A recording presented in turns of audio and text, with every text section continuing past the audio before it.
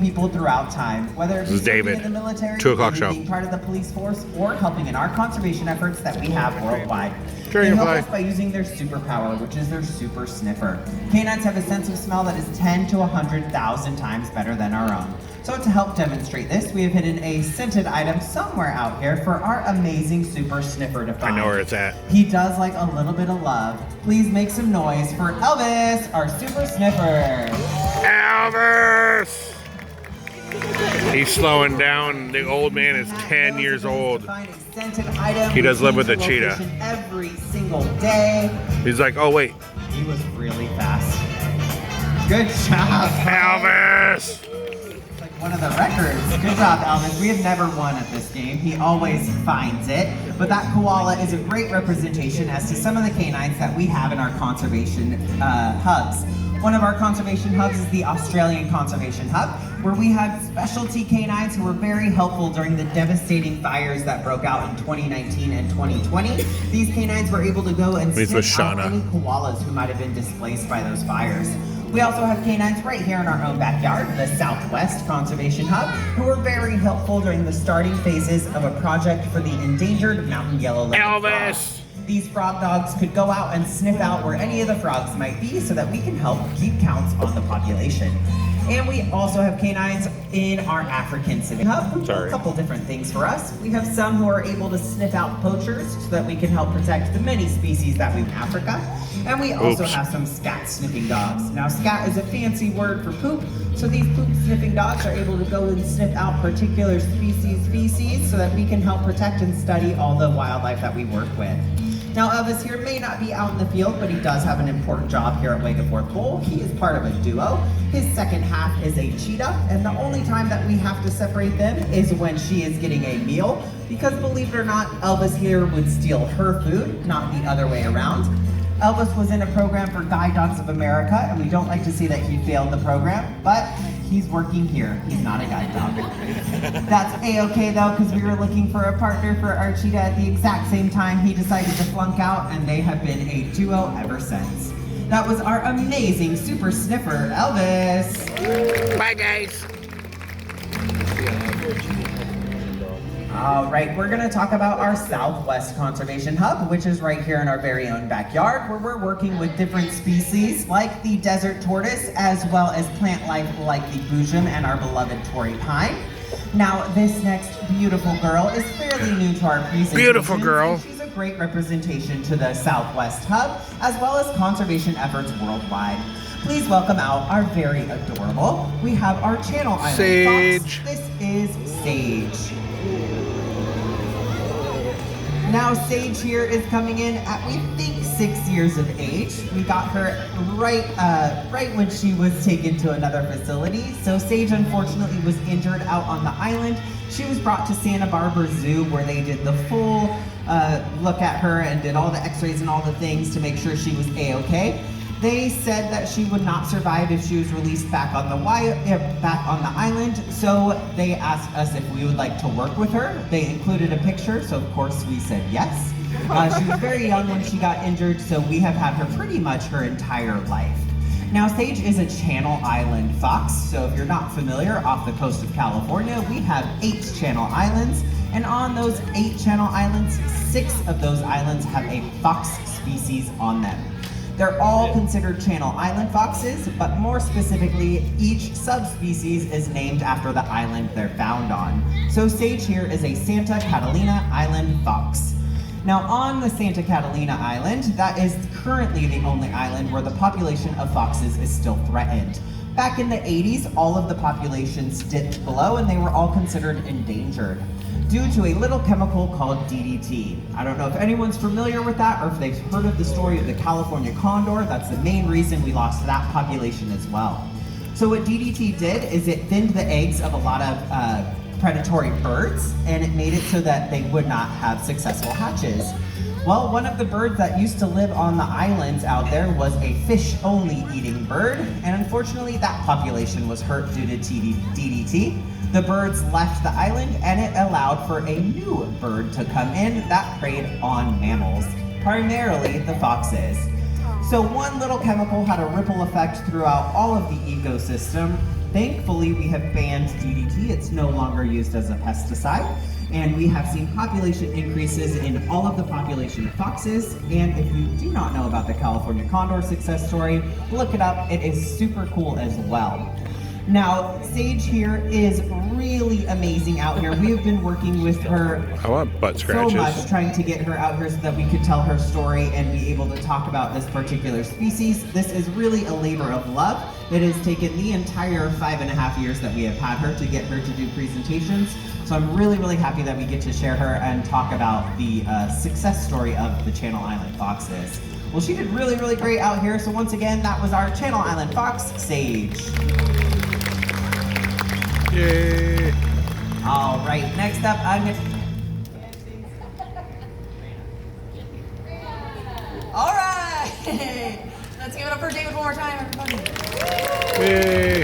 All right, so we are gonna be moving right along and heading on over to our Amazonia Conservation Hub, where San Diego Zoo Wildlife Alliance and our partners are working to conserve some really awesome wildlife, such as Andean bears, jaguars, New World monkeys, orchids, and of course the habitats they all share. But this next friend actually allows me to talk about a conservation success story a little bit closer to home.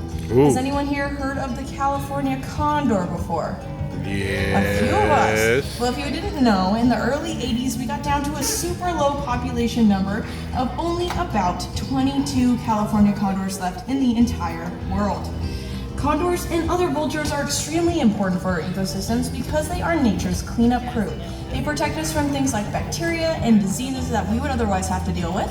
But they eat carrion, so dead animal matter, and they really do clean up the environment. So we realized the California condor's plight and the fact that humans had so much to do with their downfall, and we decided to step in. So San Diego Zoo Wildlife Alliance and our partners created this amazing conservation plan that has helped them to, in the year 2026, raise that number from only 22 in the early 80s to upwards of 600 this year, with over half of those flying in their native habitat and successful breeding happening, so it's a very exciting time.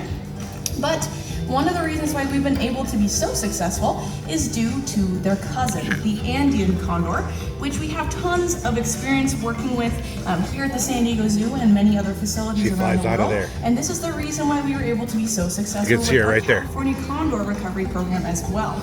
And lucky for you all, we have an her moving Andean around. condor here who is going to be showing off her 10-foot wingspan live and in studio. With that being said, we do have a few ground rules. We do have to have everyone stay in their seats. If you're coming in now, please find the nearest seat. And then also all hands and feet inside the vehicle at all times to make sure that she is safe and that you all are safe as well. And with that being said, please welcome out our Andean condor Prolona. Watch the little hops on the door. I love it.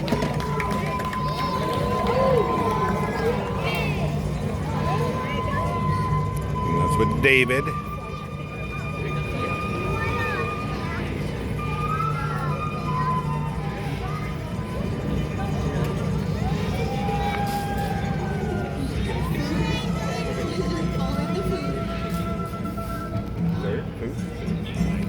The cutest waddles you'll see all day at the zoo. She's eating Mises Pieces. And that's her favorite person ever, Christy. Bye, guys. All right, yeah, she did so great. So Polona is almost, I think this year's gonna be 36. So she is a middle-aged condor and she is doing great. Been flying out here since she was itty bitty, so she is a professional. But we are gonna be moving to a different sort of friend, a friend that is representing our amazing Pacific Islands Conservation Hub and also Australasia as well, showing off some of our amazing work that we do with island species. For example, we have our Hawaiian bird efforts and also many endemic plants as well. Is it the old But guys? These next friends are the most fearsome, ferocious Yeah. apex predators found on the islands. of Piccolo and Hawaii. Zildjian. They are a canine species, but a very, very small one, a little bit larger than the fox that we met earlier. But this is our fearsome pack of New Guinea singing dogs. This is Piccolo and his brother Zildjian. So these two, like I said, are Papua New Guinea singing dogs. They are called this because they make beautiful melodic sounds that doesn't quite sound like a wolf howl, but more similar to a whale song. So they make songs of various frequencies that make it sound like there's way more individuals in a pack than there actually are.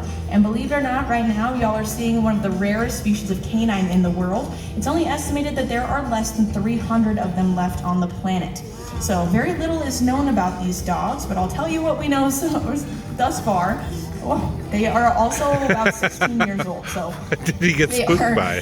Very much older gentlemen, so they can't see the best. So any sort of shadow is a little bit spooky, but they love coming out here and eating their snacks and showing off for you all. So being that these beautiful dogs live on the islands of Papua New Guinea, I'll tell you a little bit about their physiology. So these are cousins and I think that's of the Piccolo dingoes. and Thought Zildjian. that there was a pack of dingoes that made their way over from Australia to the islands of Papua New Guinea, and this is how they ended up becoming so small, because there is something called island dwarfism that happens over time to populations as they continue to evolve on islands. Because there are less resources, they actually have to get smaller in order to have larger population sizes. This is exactly what happened with our friend that we met earlier, Sage, but there's also things that happen in the opposite direction, like our island gigantism in the case of our Galapagos Island tortoises. So these are very interesting adaptations that animals continue to have in order to succeed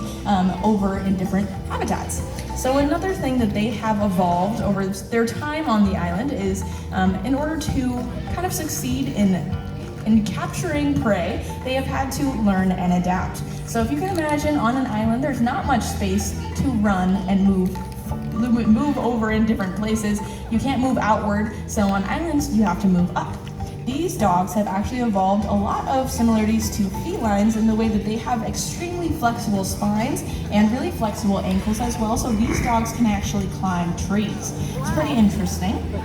Out in their native habitat, they're going to be hunting for things like reptiles and birds and bird eggs as well. Here they get a variety of different treats, and because they are very old, they get to eat whatever they want. Most of the time they are snoozing in the sun, and they do like to howl from time to time, but now they don't sound quite as good as they used to. So I think we have a recording if y'all want to hear what they sounded like back in the day. We'll see if we can play that for you. We'll have to find it first.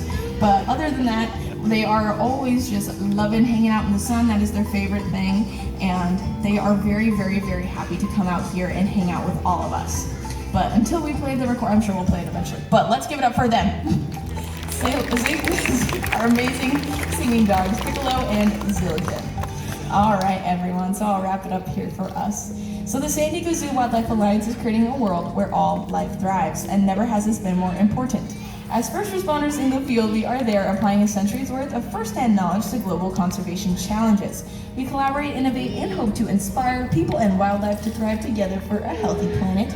Because conservation truly is at the heart of everything that we do here, but we really can't do it alone. We need dedicated allies like all of you. You can join the San Diego Zoo Wildlife Alliance by becoming a member, helping to support some of our amazing conservation work all over the globe, or even by volunteering your time and knowledge here. On behalf of all of our wildlife and staff, we truly would love to have you, because your support really does make a world of a difference, not only for our wildlife here at the zoo, but also for communities and wildlife all around the globe. So I really do thank you for coming out today, wanting to learn more, and we hope you learned something that inspires you to take action in your own lives, and we hope you have a great rest of your day here at the world famous San Diego Zoo. Bye everyone.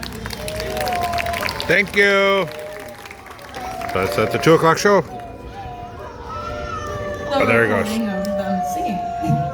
little sneak peek at the end. See, he does not care. But you sound beautiful. So, San Diego Zoo, 2 o'clock show. Bye guys.